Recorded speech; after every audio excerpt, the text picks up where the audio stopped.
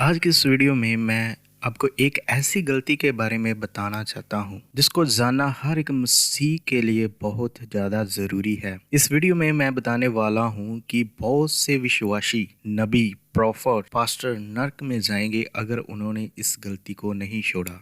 जब हम पढ़ते हैं मत्ती 5:22, वहाँ पर लिखा है, परंतु मैं तुमसे ये कहता हूँ कि जो कोई अपने भाई पर क्रोध करेगा वह कचहरी में दंड के योग्य होगा, और जो कोई अपने भाई को निकम्मा कहेगा वह महासभा में दंड के योग्य होगा, और जो कोई कहे अरे मूर्ख वह नरक की आग के दंड के योग्य होगा। दोस्तों, यहाँ पर हमने 3 बातों के बारे में देखा है। दोस्तों, हम इन तीनों में से एक बात के बारे में आज चर्चा करेंगे, वो है अगर कोई अपने भाई को अरे मूर्ख कहेगा वह नरक की आग के दंड के योग्य होगा। दोस्तों, ये आम सी बात हमको लगती है कि अगर हम अपने भाइयों को, अपने दोस्तों को अरे मूर्ख करके कह देते हैं और हमको कुछ फर्क नहीं पड़ता, ऐसे लगता है कि हमने कोई पाप नहीं किया। परंतु यीशु मसीह यहाँ पे बता रहे हैं कि अगर कोई अपने भाई को अरे मूर्ख कहेगा वह नरक की आग के दंड के योग्य होगा। दोस्तों, ये गलती सिर्फ विश्वासी ही नहीं करते, और बहुत से प्रॉफट, नबी, अपोस्टल्स, पास्टर भी करते हैं, और उनको पता भी नहीं होता कि उन्होंने कोई पाप कर दिया। अगर ये गलती हम कर रहे हैं तो हम नरक की आग के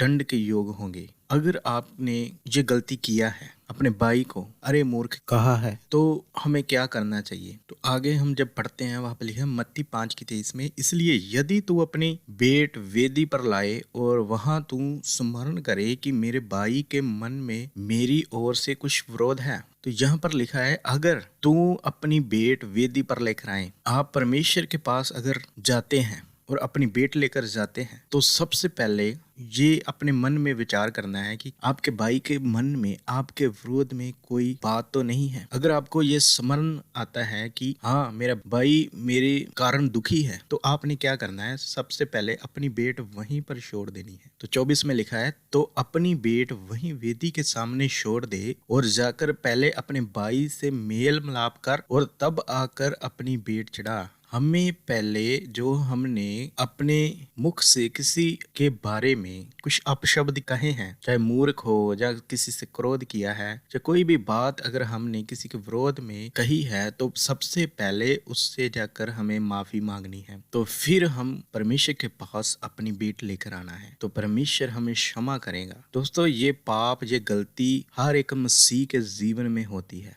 ये जाने अनजाने में हम करते हैं, परंतु हमें ऐसा नहीं करना है। हमें अगर किसी को हमने क्रोध में आकर मूर्ख कह दिया है या कोई भी अपशब्द कह दिए हैं, तो हमें जाकर उससे पहले माफी मांगनी है, तभी हम परमेश्वर के पास जाएंगे। नहीं तो यीशु मसीह बताते हैं कि आप नरक की आग के दंड के योग्य हैं।